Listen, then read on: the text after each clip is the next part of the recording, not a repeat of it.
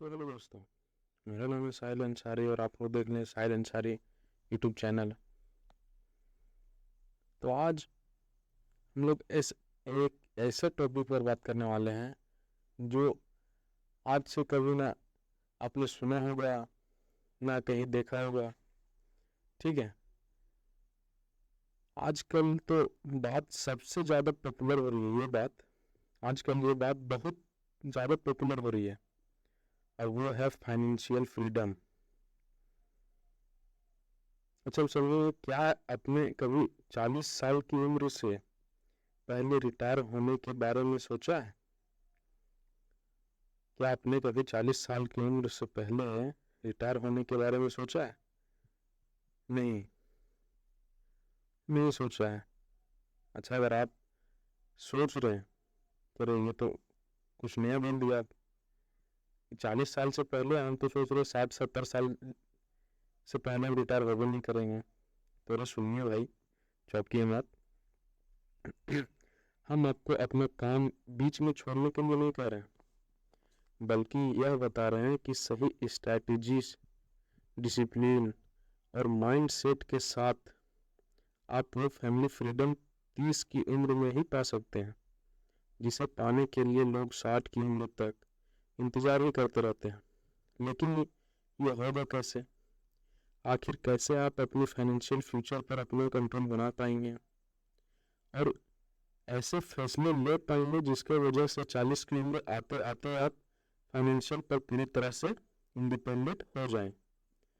तो आज की वीडियो में हम जानेंगे ये सब चीज़ें। जल्दी वीडियो को स्टार्ट करते हैं। वीडियो को स्टार्ट करने से पहले अगर आप हमारे चैनल पर नए हैं तो चैनल को कर दीजिए सब्सक्राइब, अच्छा लगे तो लाइक कीजिए और दूसरों पर भी शेयर कीजिए। चलिए वीडियो को स्टार्ट करते हैं। वीडियो को स्टार्ट करने से पहले मैं बता दूं कि फाइनेंशियल फ्रीडम, इसका मेन है फाइनेंशियल फ्रीडम। तो फाइनेंशियल फ्रीडम ही आपको अर्ली रिटायरमेंट का मौका दे सकती है। फाइनेंशियल फ्रीडम ही आपको अर्ली रिटायरमेंट का मौका दे सकती है। अर्ली रिटायरमेंट के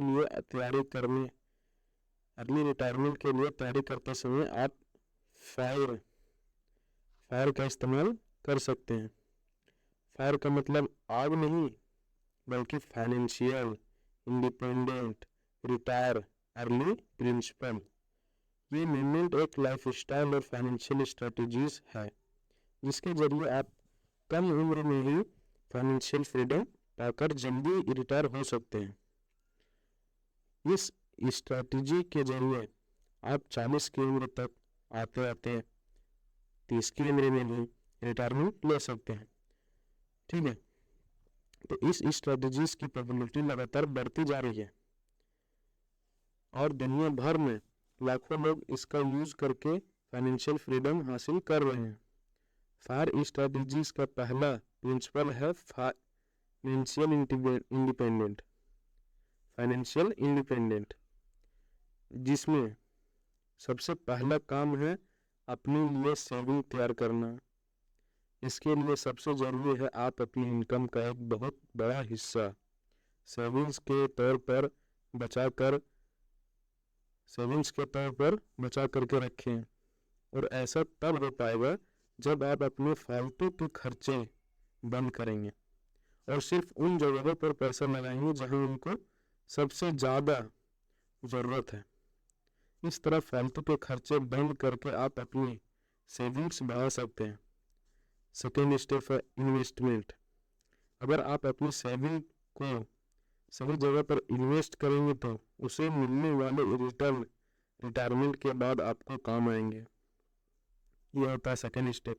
लेकिन किसी किसी के पास ऐसा जॉब नहीं है जिससे वह ज़्यादा सेविंग्स कर सके। फिर भी आप अपनी स्किल्स के बेस पर कोई छोटा मोटा काम करके, कोई पार्ट टाइम जॉब करके आप अपने लिए इनकम का एक नया सोर्स तैयार कर सकते हैं।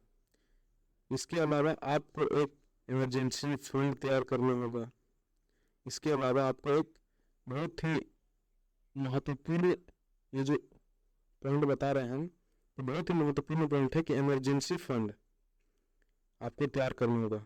इस सब तैयार करने के अलावा इमरजेंसी फंड बहुत जरूरी है आपको तैयार करना, जो किसी भी तरह की इमरजेंसी में आपका काम आ सके। इस तरह की फाइनेंशियल प्लानिंग के जरिए आप अपनी अर्ली रिटायरमेंट की तैयारी कर सकते हैं। बहुत लोगों की ज़रूरियात ज़्यादा होने के कारण वह बचत नहीं कर पाते, तो मैं बता दूं कि आप अपनी ज़रूरतों को कम करें, अपने खर्चे को कम करें और एक अच्छे समय में रिटायरमेंट की तैयारी शुरू करें।